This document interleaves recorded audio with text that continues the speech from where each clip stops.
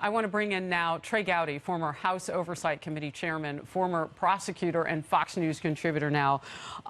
Trey, good to see you and talk with you, I should say, tonight.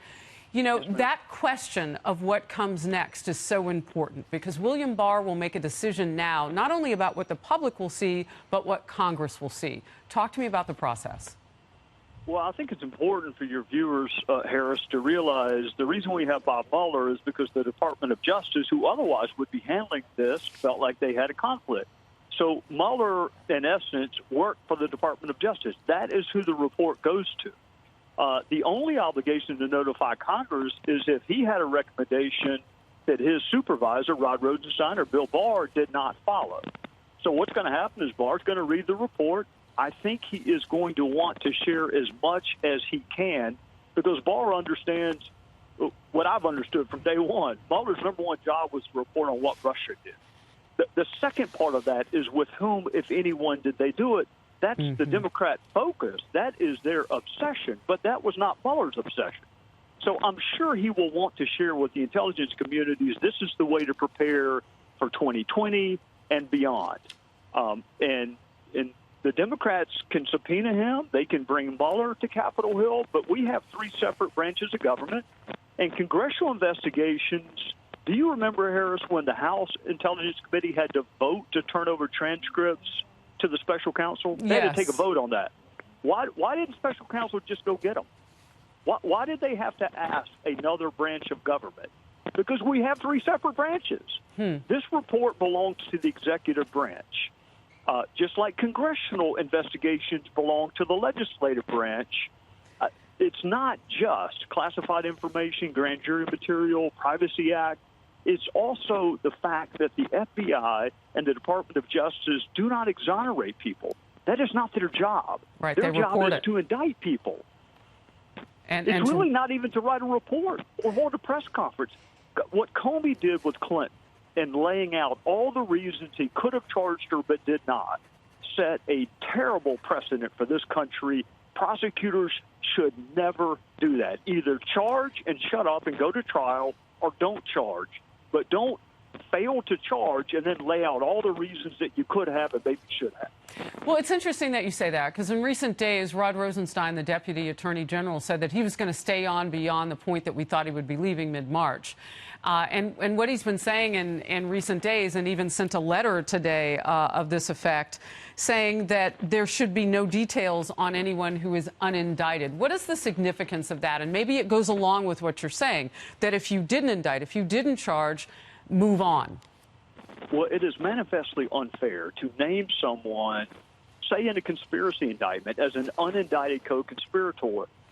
They can't prove that they didn't do it, and they're not going to be in front of a jury that can determine their lack of guilt. So prosecutors have to be very, very careful naming people in indictments that are not going to eventually stand in front of 12 of their peers and have their peers pass judgment.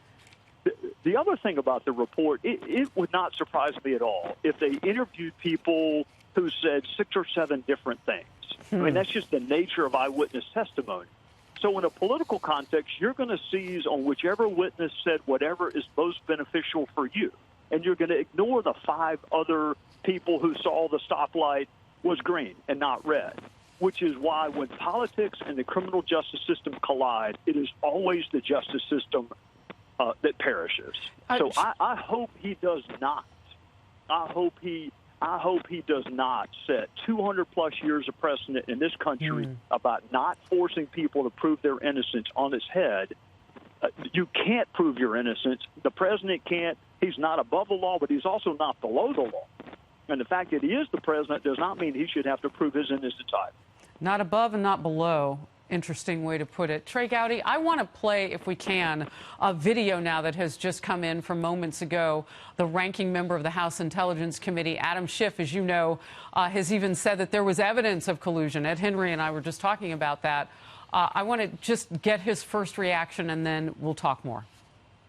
I would first argue that the department cannot adopt a double standard and should cooperate willingly. But if it doesn't, we will have to subpoena the evidence. We will have to subpoena Mueller or others to come before the Congress and answer questions, because If there is evidence of a compromise, whether it arises level of criminal conduct or not, it needs to be exposed.